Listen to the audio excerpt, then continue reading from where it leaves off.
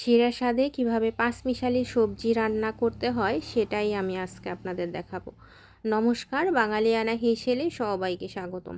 তো শীতের আমেজটা কিন্তু চলে এসেছে। শীতকালীন যত ধরনের সবজি সবই কিন্তু এখন পাওয়া যাচ্ছে।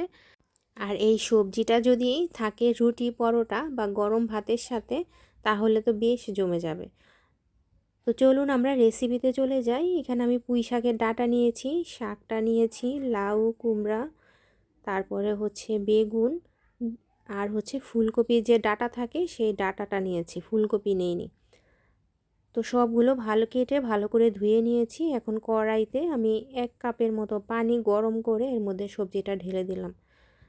দিয়ে দিচ্ছি পরিমাণ মতো লবণ আর 1 চামচের মতো হলুদ। তো এখন আমি এটাকে ভালোভাবে নেড়ে নিব। হলুদ আর লবণ ভালোভাবে সবজিগুলোর সাথে মিশিয়ে নিচ্ছি। আর অনেকেই এটা প্রথম অবস্থায় ফোড়ন দিয়ে বসাতে পারেন, তো আমি এটার ফোড়ন দিব সবার লাস্টে।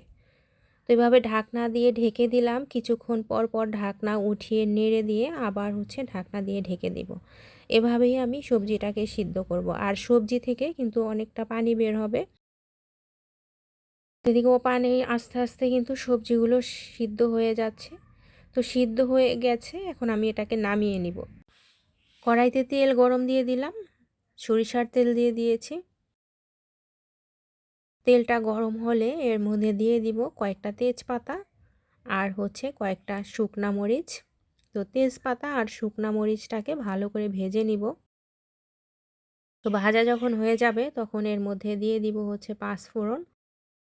আর এই শুকনা মরিচ আর পাঁচফোড়নটা এত সুন্দর একটা ফ্লেভার আসে।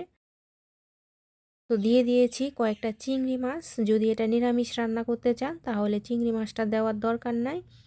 আর যদি চিংড়ি মাছ দিলে তো এমনি স্বাদ হয়ে যায় তরকারিটা।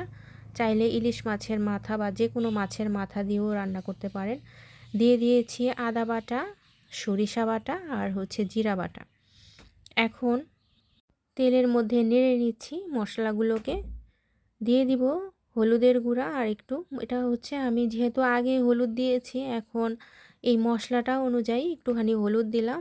তো যাতে মশলাটা পুড়ে না যায় এই জন্য একটুখানি জল দিয়ে দিয়েছি। এখন মশলাটাকে ভালো করে কষাবো। যখন কষাতে কষাতে তেল উঠে আসবে, এর মধ্যে দিয়ে দিব নারকেল। আমার কুচানো নারকেল ছিল, সেটা দিয়ে দিয়েছি। আপনারা চাইলে কোরানো নারকেলটাও দিতে পারেন।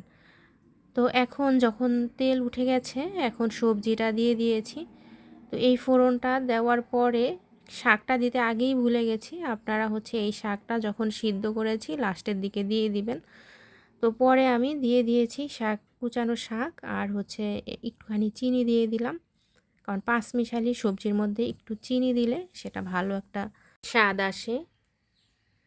2-3টা কাঁচামরিচ দিয়ে দিয়েছি। আর এই সবজিটা ঝাল ঝাল একদমই ভালো লাগে না। তো এখন কাঁচামরিচ দেওয়ার পরে কিছুক্ষণ ঢেকে রাখবো, কাঁচামরিচের একটা ফ্লেভার আসবে। তো ভালোভাবে নেড়ে নিচ্ছি। আর যেহেতু আমি শাকটা লাস্টে দিয়েছি এই জন্য শাকটা একটু সিদ্ধ হওয়া পর্যন্ত এটাকে নেড়ে চেড়ে রান্না করব। তো রান্না অলরেডি শেষ। তৈরি হয়ে গেল পেঁয়াজ রসুন ছাড়া পাঁচমিশালি সবজির একটি রেসিপি। আমার ভিডিওটি যদি আপনাদের একটুকু পছন্দ হয়ে থাকে, ইউটিউব চ্যানেল থেকে যদি দেখেন তাহলে অবশ্যই সাবস্ক্রাইব করে দিবেন। আর যদি ফেসবুক পেজ থেকে দেখেন তাহলে লাইক, কমেন্ট এবং অবশ্যই একটা ফলো দিয়ে রাখবেন। আজকে এই পর্যন্তই। সবাই ভালো থাকবেন, সুস্থ থাকবেন। কথা হবে অন্য কোনো রেসিপি।